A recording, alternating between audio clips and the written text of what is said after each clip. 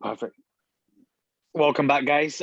Nathan, if you're watching this on YouTube, guys, has gone for a shit. So literally as soon as he started podcast, it was like, ooh, I guess it's one of those that you can feel it coming and you don't know what to really do about it. Shout out to the sponsors, Crisp, who Emily is again, as literally said, it's been a godsend today because she's got people drilling her house or drilling outside the house, not her house. And yeah, Nathan's back. That was a very quick shit, Nathan. Talk us Yeah, through that. you gotta just drop it, and then if it wipes, it doesn't need wiping. It doesn't need a wiping, you know. I hope you're not having breakfast. Anyone's listening to this right now, because I know your crunchy net is fucked up now. But we're now going to dive deep into, obviously, guys, got Christmas coming up. We've got, I'm guessing, We get majority of Thanksgiving. guys. Would you say then? We get Thanksgiving as well. Oh Yeah, shit! Thanksgiving. Yeah, how to handle Thanksgiving. We're going to discuss a bit of Thanksgiving because we've actually handled Thanksgiving ourselves. So yeah, got Thanksgiving coming up, loads of other socials coming up as well. And how can we go and manage it? So Nate, let's talk about obviously Thanksgiving first, guys. For American listeners, shout out to everyone in the States who is listening to this right now. Yep, peace to you guys as well. Obviously, Nate, we've handled Thanksgiving to a large extent. And it's a massive holiday, right? People go and gain maybe anywhere between 2 to potentially £10 during that trip or during that time period.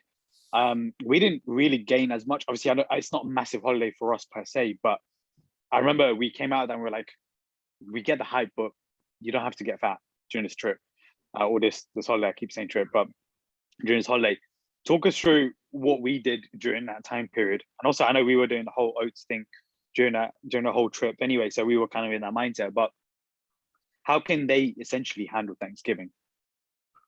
Yeah, it's a sticky one still. I mean, like we had a situation where we were at your client's house for Thanksgiving, and then we'd stayed there a few days beforehand, and we were just getting around and going to watch basketball as we normally would, and getting about and having a great time. So for us, we were already in a particular routine, and I think that is probably the biggest thing out of anything is that any of these events will never make you gain significant amount of body fat, but what they do is these events throw you out of a routine, which then make it hard for you to get back into one, and then it's the days subsequently after or after the event that cause all the damage. Like for most people that are not that well equipped to dealing with stuff, anything apart in change related will take 2 weeks to get back to some level of normality, whereas people that are a bit more astute, they have a routine, they actually like what they're going back to, will get back to it the next day, have no issues at all. So like even when we had it, we were doing our little oats and whey vibe twice a day, and then a meal out in the evening because we were traveling quite a bit, and we were fine with that. And basically, we just had Thanksgiving at your client's house.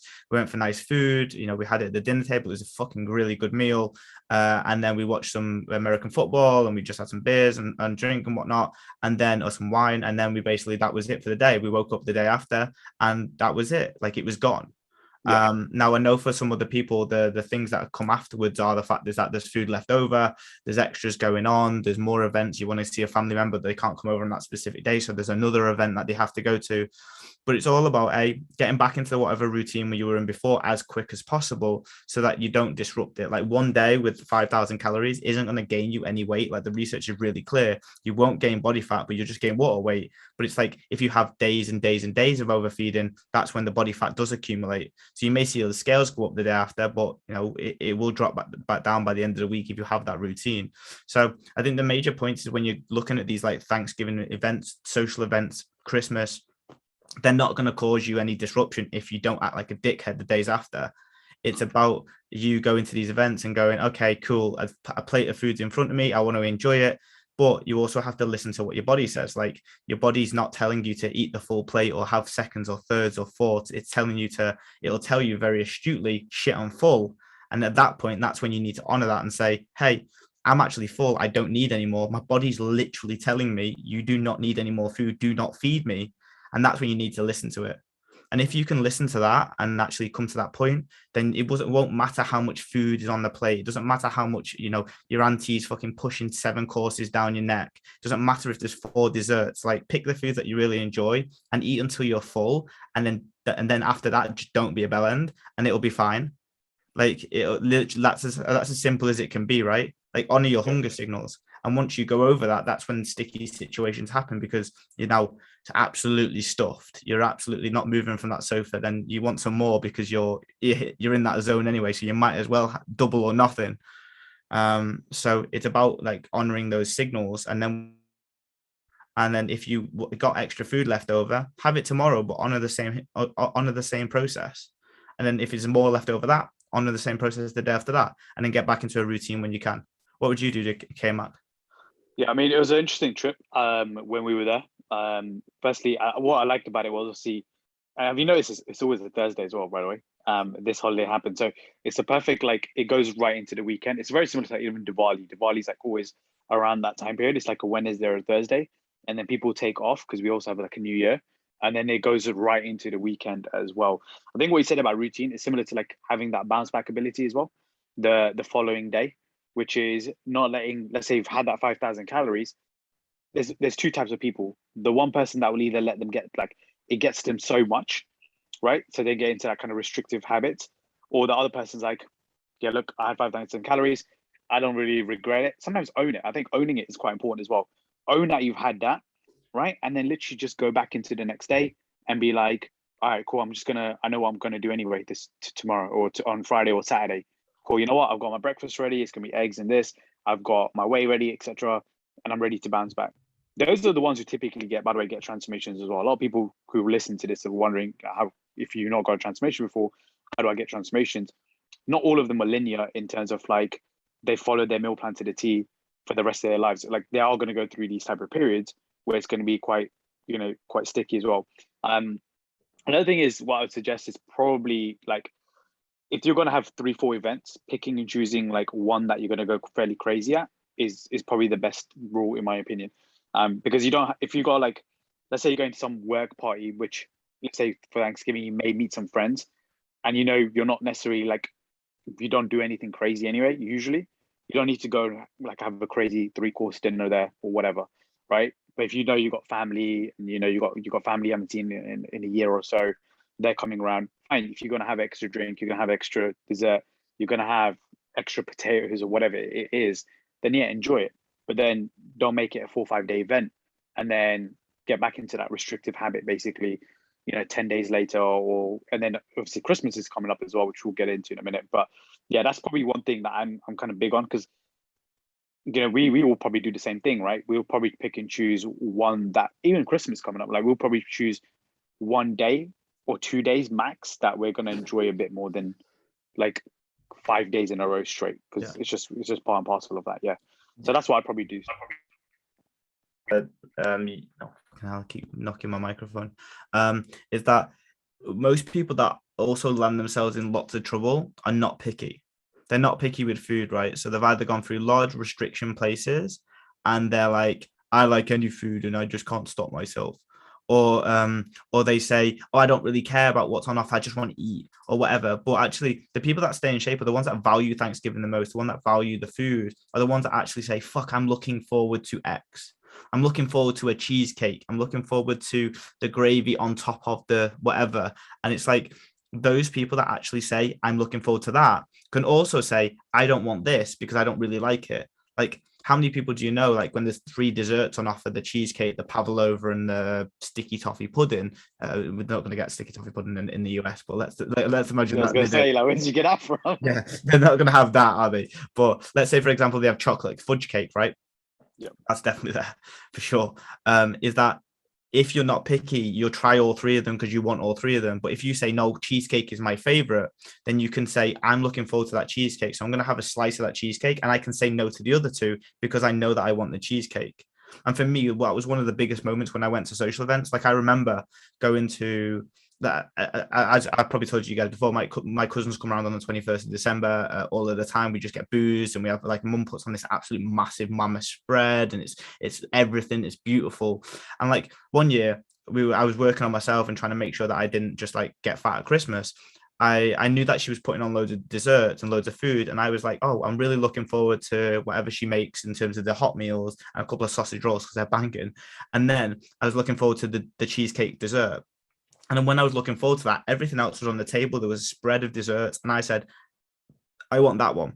And then I had that one, put it took it over, had my plate, sat and ate until I was full, and I only had half of it because it was like a massive piece of cheesecake. And my mum goes, "You feeling all right?" I was like, "Yeah, I'm fine." She goes, "Well, like you haven't had any of the other desserts," and I was like, "Yeah, but I wanted this one." And because I was able to have that, I was able to say no to the rest of it. So when you get picky or you get specific in what you like and what you actually want in that environment, not just like taking whatever's on offer, then you're able to say no to the things that you don't really want, and then the things that you are supposed to say yes to that you really like. You actually get a better enjoyable experience because you're looking forward to the hype of that particular food. Whereas if you're not looking forward to, you're just looking forward to eating, then you'll do eating, which is a forever thing, right? Your jaw will keep on moving until you actually puke out of it. So like there's a difference between enjoying food and actually just eating whatever's on offer. So I think that's a really important part as well. And what do you think? Yeah, I mean, and I used to be there, and I probably am still there sometimes. You go on autopilot and you just keep shoving the fork into your mouth, and all of a sudden you realized, oh, I'm so full and I'm so uncomfortable. And then you reach the point of, obviously, going physiologically, you have this high and then you have a massive crash, which means that you want to have seconds and thirds and fourths because you now have this unmanaged blood sugar that is out of control, right? So I think we've all been there.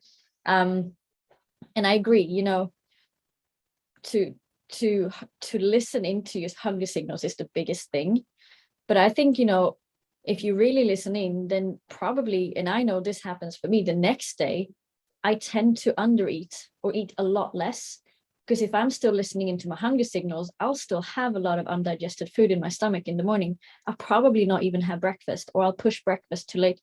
So I don't necessarily go into a routine, but I continue the conscious awareness of my hunger signals. And then when I eat, it goes back to being the good stuff, like the normal stuff. So for me, that's what I usually would do, is to continue to just listen into that. Because if I ate until 8 p.m. and I wake up at 7 the next morning and I'm still full, I'm not just going to go into my routine and have a massive breakfast that I usually do, because I don't have to. And that's also then not to go into massive restriction. That's just listening into, hey, I ate a lot yesterday. I'm not that hungry. So I don't think that's going into some over restriction. That's just, again, being in tune with the hunger signals, and then allowing myself to feel hungry again, because I think that's an important thing, to allow yourself to go back to feeling hungry. But I don't agree with you. Like, if there are 3 desserts on the board, I would probably have 3 if I want the 3 of them. Or I will be like, actually, I don't want this. I don't like the marzipan, whatever it will be. And I'll be like, okay, I want 2 out of 3, but I won't have a full slice on either of them. I'll go for like a small slice of them, because I know that that's another way of managing yourself, is the portion control, right? So rather than feeling like you have to exclude, it really is, how much of it will I need to satisfy my palate? And oftentimes you just need 1 or 2 bites, and then you're actually quite happy. So I don't think that you have to choose, but you have to still choose. Like, you have to choose the portions. And yeah. So I think one is always like top of the list, probably on that list, where normally, like, I know for me, if a cheesecake's there, I know I'm going to go for a cheesecake number 1 over, I don't know what else could be there, just biscuits or something like that. I don't know, whatever could be there. I'm like, I know I'm going for that specific one. But I get what you're saying, to be fair, because you're like, similar to like with, if Indian restaurants are a great example of this. When you go out, you never, and I always say to most of my clients, I'm like, we will never have lamb, prawns, chicken, and fish for your dinner on a regular day. But every single time you go to any restaurant, you end up picking 4 different proteins. Or not even, like, it's just the choice there. I get it. So I understand what you're saying, because it happens quite regularly to, and I've seen it happen to even me when I go to any restaurant. I'm like, why the hell am I ordering like 4 of these different dishes when I don't really need to do it? It just doesn't make sense, because I wouldn't do that at home. I want to be like, yeah, let me cook chicken right now, and then prawns, get it ready, and then fish, oh yeah, it's in the oven. Like, it just wouldn't be the case. But we just end up doing that here, which is interesting. But I favor the proteins, right? And I think, but I'm coming at it from a Swedish mind, where actually, when I think about our festive holidays, there's so much protein. Like honestly, you could find the carbs if you wanted to, but I tend to just favor eating more protein. And it's like, oh my god, probably 100 grams of protein in a sitting, but the rest is like very minimal carbs, very minimal fat, except from the fats inside the cooking or in the actual meats, right? So I think I'm coming at it from more of a Swedish point of view. And also we don't have a lot of dessert. We get like maybe one if we're lucky. So I'll probably only have one dessert anyway. What is your dessert? Go on, like let's hear them out. What's the dessert? Swedish desserts. Yes, so if it's for Easter, we'll have this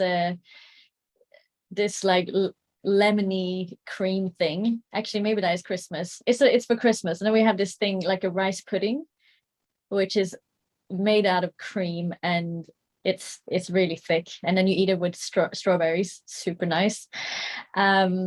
And then if it's midsummer, we'll have strawberry cake with cream, like strawberry cream cake. Yeah. Yeah, so like we don't have like different ones. I mean, if we had cheesecake doesn't exist there. Like it exists, but it's not a thing. Yeah. So it's a lot of cream. Wait till the Swedes find out that's cheesecake. Yeah, that's over. That's gonna be a sweet cake, not a cheesecake. But for me now, because for me now it's easy because I don't eat dairy, so I'm not gonna have the dessert. So for me, it's gonna be like, actually, I'm just not gonna have dessert because there's a reason for it. So I don't think that sometimes you have to listen to it also, like, do you feel good eating this, or do you just put it into your mouth because it's there? I've stopped eating certain things because it doesn't agree with me anymore. So I don't need to have the dessert. If there was an alternative to that dessert, maybe I would have had it, but I don't miss the dessert just because I think sometimes we have to look at it. Do I feel good eating this, or do I just eat it because it's there? And if we do that, we have a problem. Because then we're not. I know some people, even if they're like lactose intolerant stuff, they'll still have dessert. They'll be like, I've literally seen someone do it, and I'm like, hold on, I swear you said you can't have dairy. And they're like, YOLO. They'll literally just be like, oh, it's for one day anyway. I can let my gut get away with it. Basically. That's what I was just about to ask that question, right? I was gonna, because like you can't have it because you see the negatives and the ramifications. There's obviously some people that like celiacs who legitimately will die.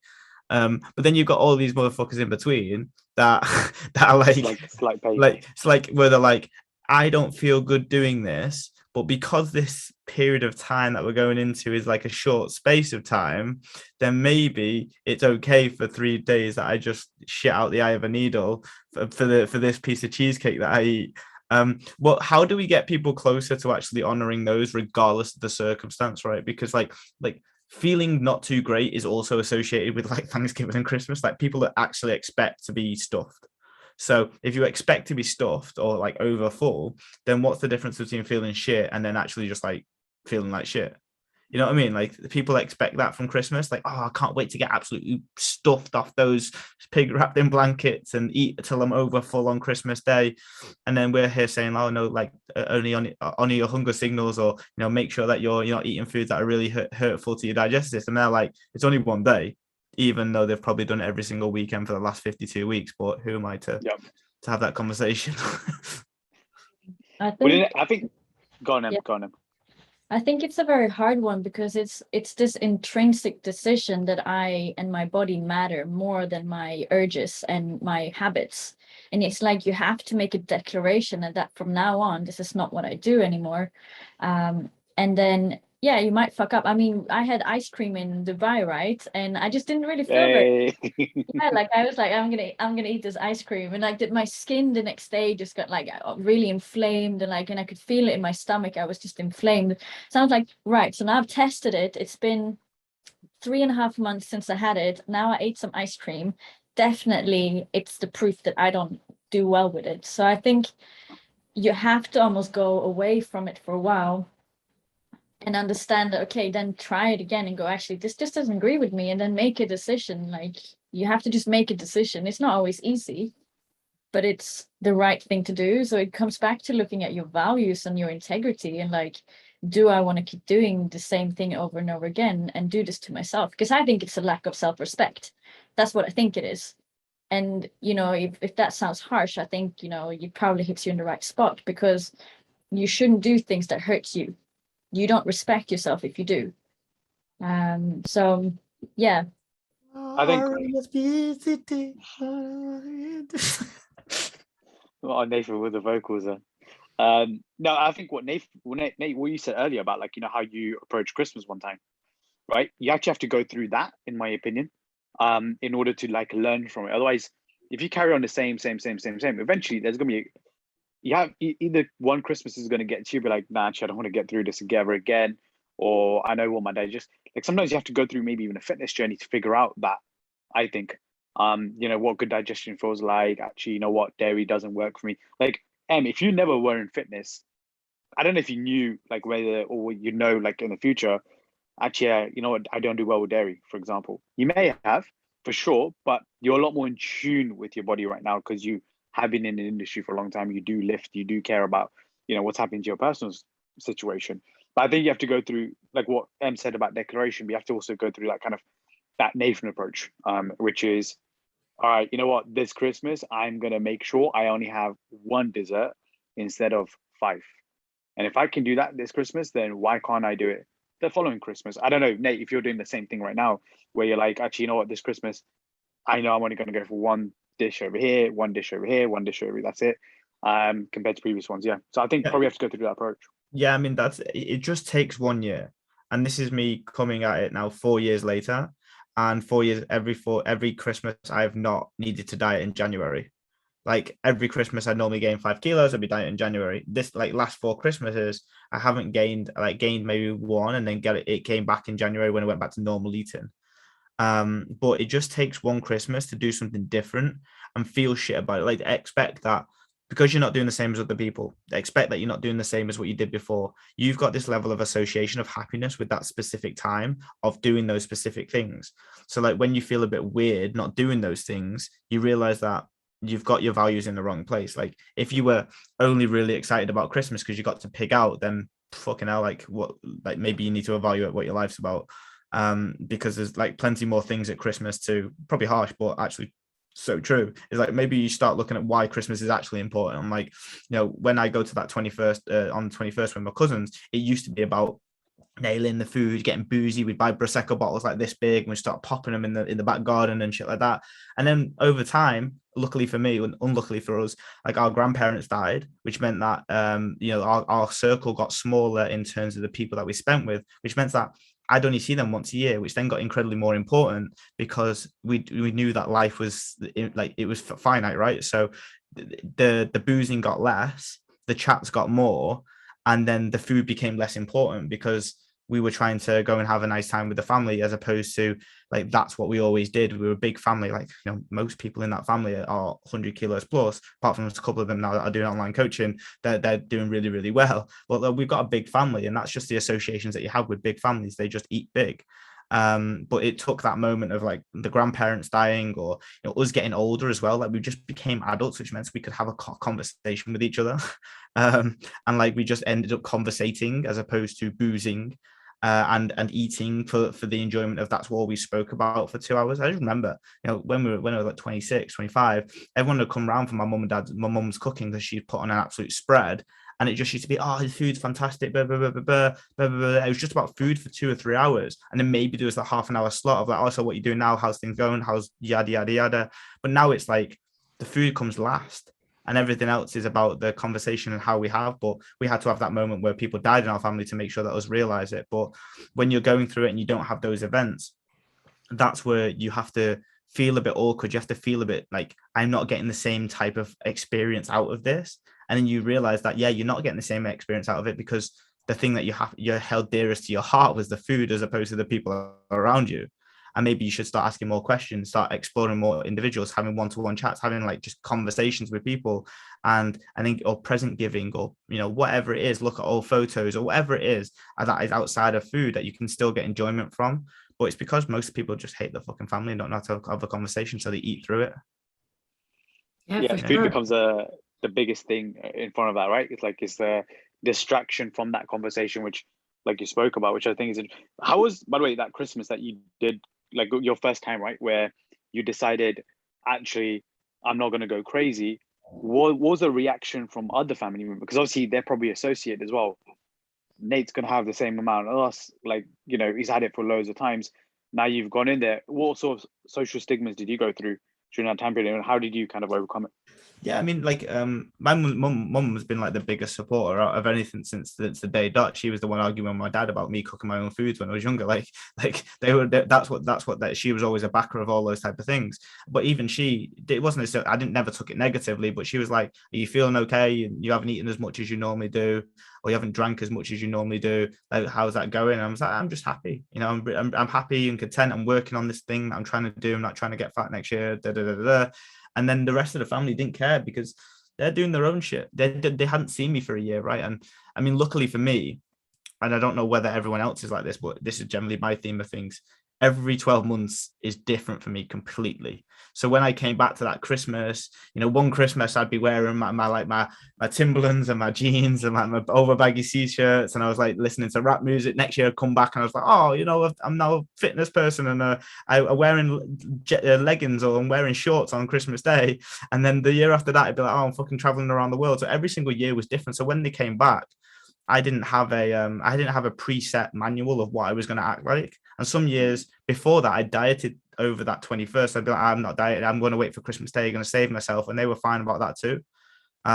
So every single year for me, it was different. So I had no stipulations. It was just, you know, we were trying to bond, and that was, they were caring about what they were eating as opposed to what I was eating.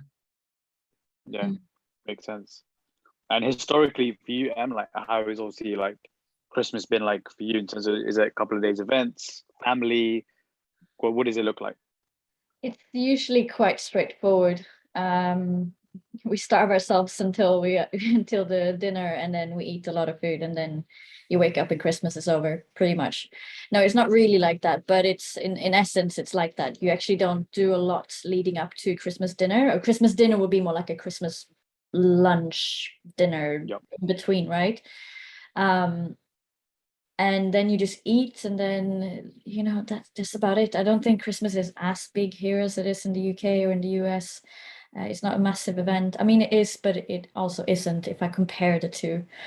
Yeah, but I would say, like, similar to Nate, like, it's just about how you pre-frame it as well. Like, you have to, what people need to realize is that you have to practice it in your mind before the actual event. So you actually have to think what you're going to do, so that you have a plan of action for when it happens. You can't wing Christmas, Thanksgiving, Easter. You can't just wing it on the day and go, yeah.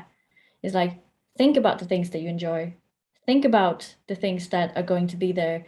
And then, as Nathan said, and I usually talk to my clients about this, you know, what are the values based around the event?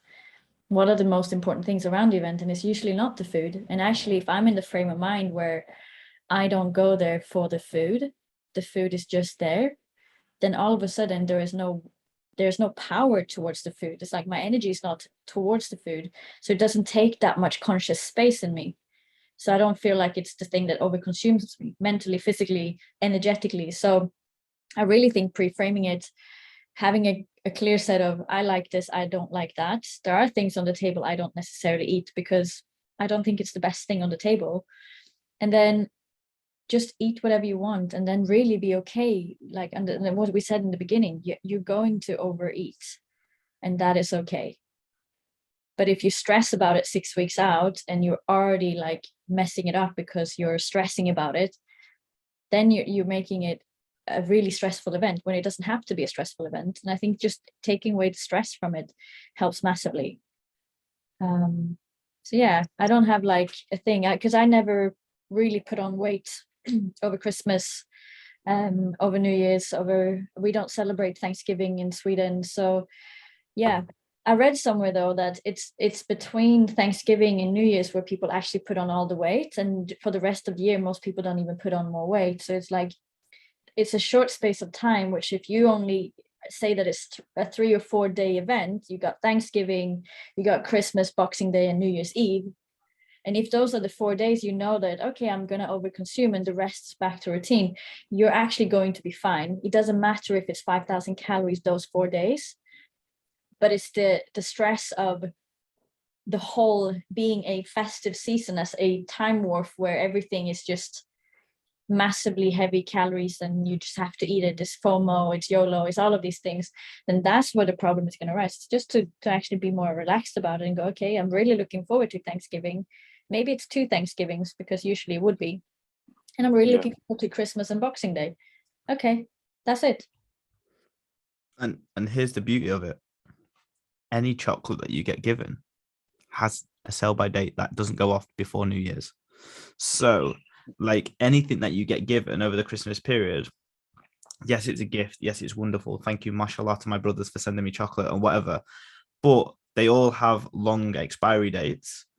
No one is giving you fresh goods in your stockings. You know what I mean? No one's buying you fresh. It's not blueberries, is it? Yeah, man, not putting apples in your in your stockings, or they're not putting like, you know, fresh croissants in there, are they? They're putting things that will last a while. So here's the thing: if you want an unrestricted lifestyle and you want a lifestyle, then those things can be put in the cupboard and you can ration them out, and you can, on a rainy day on a Wednesday, January 3rd or January 4th, or even every day in January, you could eat about part of that chocolate and enjoy that. The moment you bang a full bar, the moment you get to not spread it out and enjoy it for a longer period of time, and then you waste all of those calories that you were going to have. So it's more like, you know, no one's asking you not to eat the food. Like I get one of those stockings full of like pens, boxes, chocolates that my mum thinks I love, which I do. And you know, years on years when I was younger, I used to sit there playing whatever video game I got or new electronic that I got, banging back, you know, full pack of lint or whatever, or full celebrations tin whilst playing that game. Whereas now I'm like, oh, thanks for these stuff. I'll maybe have 1 or 2 bits and bobs on Christmas Day, and then the rest of them go in the cupboard. And then, you know, every single day when I'm making my last meal before bed, I'll have 200 calories before to finish off on. 200 calories can get you one of the bar of chocolates, or you get you 4 squares of whatever, or even like you say 400 calories, and you're going to have a fucking whale of a time every single day. And it's like just being strategic in that approach. It's like just your bank balance. You'd like, just because someone said, here's £1 million, you just don't go and spend it in one day. You would like spread it across the month. You put it in investments, you put it in housing, you put it in, you know, bonds, crypto, whatever, NFT or whatever, and you put it across the year. And that would then allow you to have a better lifestyle than blowing it in one day. Why do people that win the lottery never able to stay millionaires? Because they get given it in one day and they go and spunk the shit out of it. And it's the same process here, is that if you can manage it across time and you earn your wealth and you appreciate it and you appreciate what you can get on a day-to-day basis because of that incentive, extra, whatever it is, then you're going to be able to have chocolate every single day for January and February. And there's an instance with a client who got like a hamper, Terry chocolate orange hamper, and she wasn't in a particularly good state in terms of her headspace with food at that point. And I got one of these texts going, holy shit, my boyfriend just got me this whole Terry chocolate orange hamper, blah, blah, blah, blah, blah. I don't know what I'm going to do with it. Like, I feel like grateful, but also fucking guilty because I know I'm on a diet, da, da, da, da, da. And I just said, well, look at the back of packs of every single one of the Terry chocolate orange things and just look when the sell by date is. And then she said, okay, they're all sell by date to August 2022. And I said, okay, well, then you've got a year to eat all that chocolate. Do you think you can have a bit of it every single day or every week to get towards towards finishing it off, so you don't feel ungrateful, but you're not also then putting your goals at risk? And then ever since then, 6 months in, she'd have a few little bits of Terry chocolate orange over her oats, or she'd have post-workout chocolate or whatever. And over time, all that hamper that she was so nervous about using actually went away. And it was great because it was done. Then the family obviously had it because it was in the cupboard. So bits and bobs go as they go, like secret mum at 9 p.m. at night. Like secret eaters. Everyone else gets rid of it for you. But at the same time, is you haven't wasted the gift. The gift is not unappreciated. It's just not eaten in one go at one time. I think that's a really useful fact. Yeah. I think it's just knowing, they're looking at the back. I mean, it's funny enough, we've actually got like 4 or 5, boxes of chocolates right now, just at the back. Because the thing is, we get it. Like I may get it even, like I got it recently at like a photo shoot, and I was like, I appreciate it, but I know I'm not going to open it straight. Even like alcohol is similar as well, right? I think a lot of people is like, if they get a bottle of wine, the first thing they want to do is crack it open. But obviously that has a long sell by date as well, or you can have it 3 years later if you wanted to, and it'll be exactly fine. So a lot of you guys who do get alcohol, chocolates, if it's not fruits, then don't worry about it. Even that chocolate, I reckon it's probably till like 2023 sell by date. I will not be surprised. So we could have another pandemic in between that, so you'll be fine. In my opinion. But like, I'm just gonna put my head up. I'm definitely the person that struggles to not eat the whole thing. Like, give me 4 Snickers and I think that I'm gonna eat them once a day or once a week, but they tend to happen in a day, at least they used to.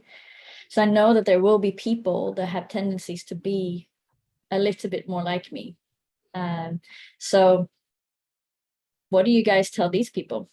I know that for me, I still consciously don't have things in my house for that reason. That is an easy thing to go into autopilot, and that's the problem, because it becomes an autopilot thing.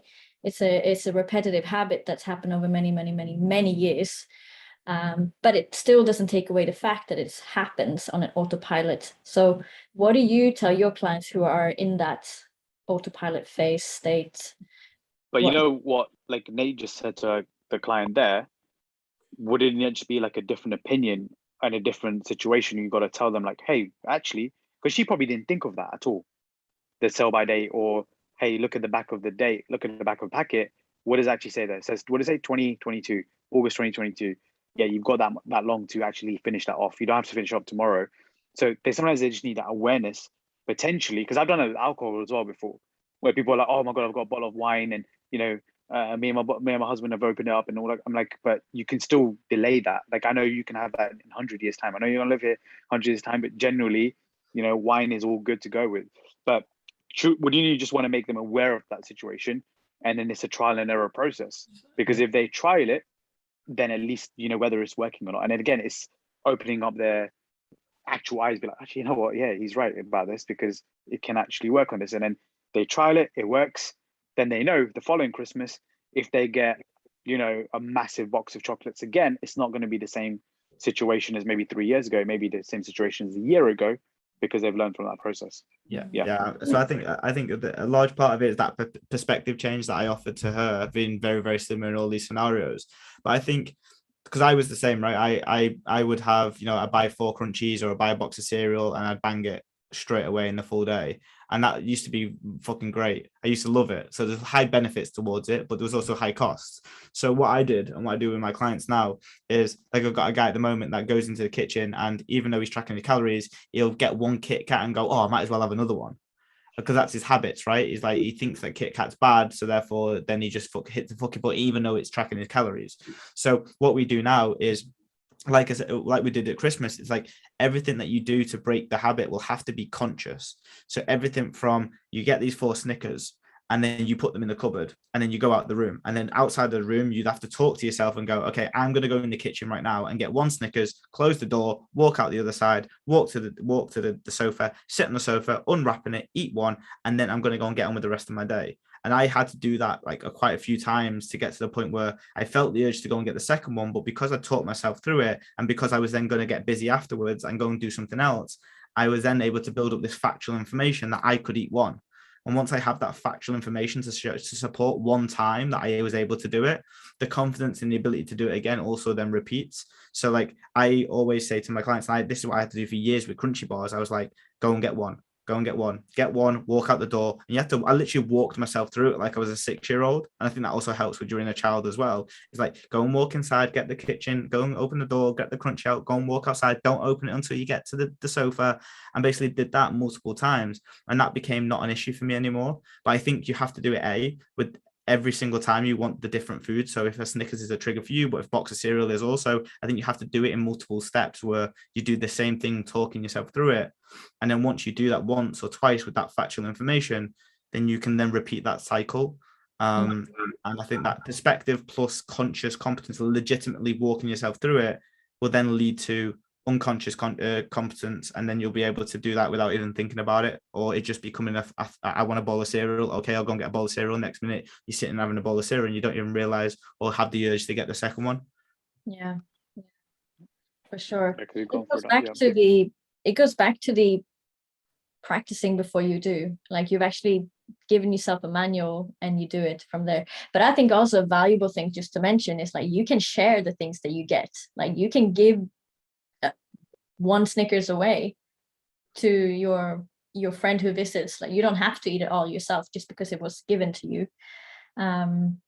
I remember when I was doing my very first prep, I got so much satisfaction just getting the things that I didn't want to eat and giving it to someone else. So that was part of my strategy, is like, oh, I really want chocolate. So for me, just to buy the chocolate gave me the hit, and then to give it away to my flatmates because they could eat it and I didn't have to. So sometimes it's also about, you can actually give it away. You don't have to munch it all on yourself and to get the satisfaction of it.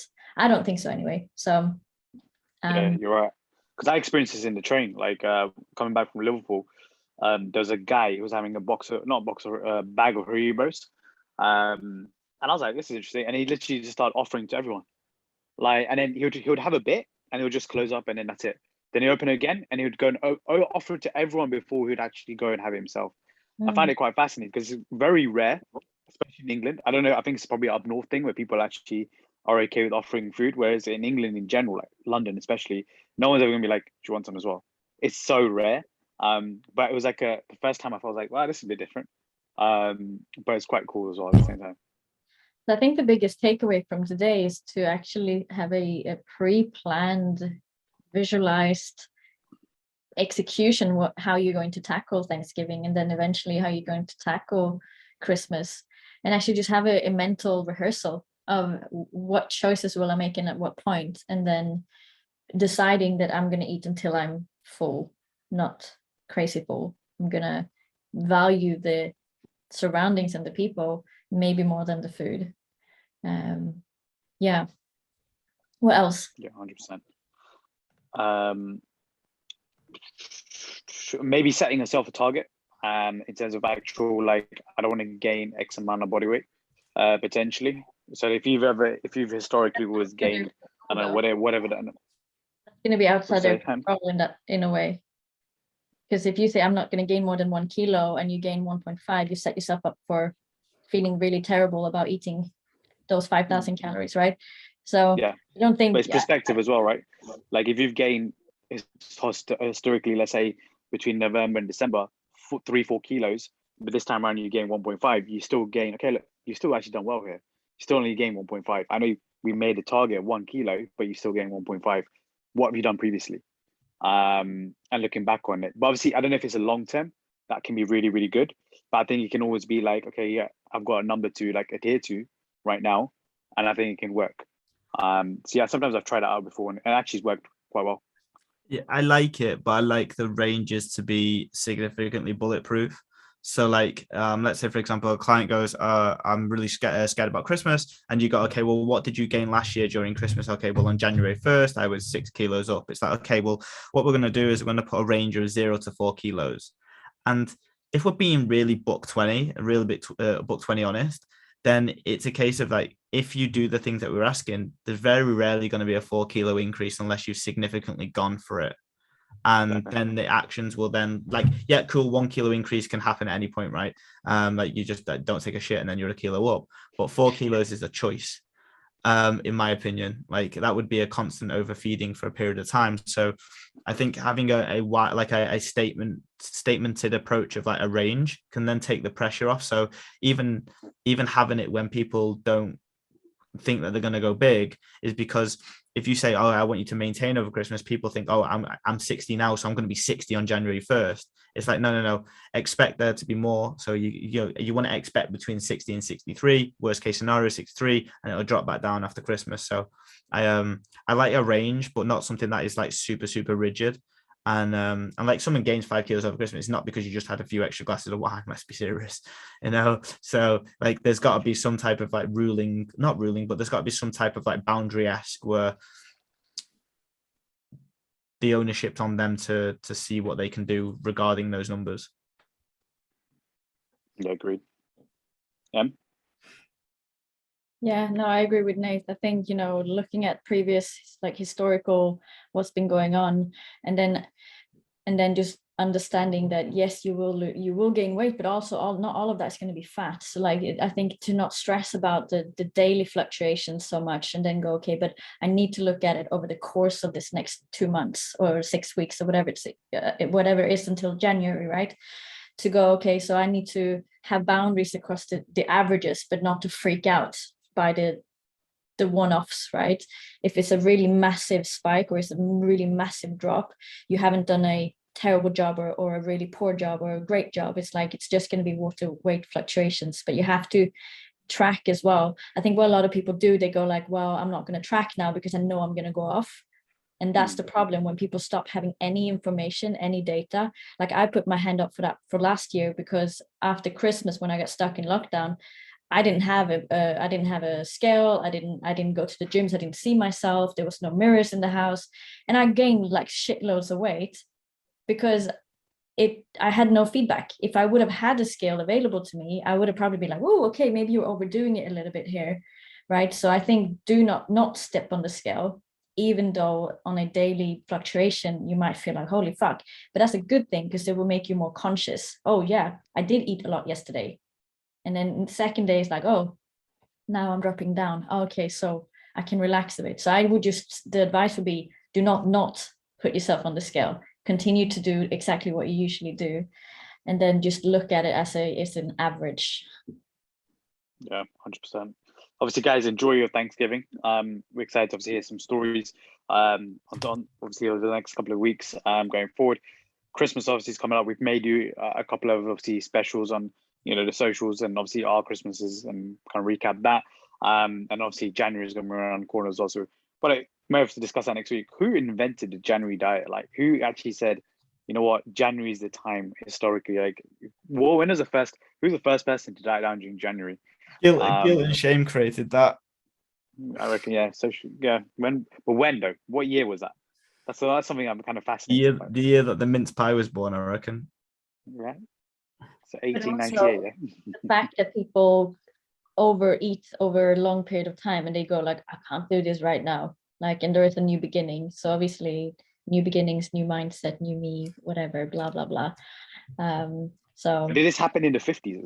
Is my thing right now. The 50s, the 60s, the 70s. I don't know. Like I'm trying to figure out. Like when sure did it? Like women has always been dieting. Like so I'm sure there was something. Yeah. We can discuss that next week anyway, isn't it? Yeah. Dry January. We'll do some history in it. Yeah. What does January mean really? All right, guys. Hope you guys enjoyed obviously the episode, the podcast.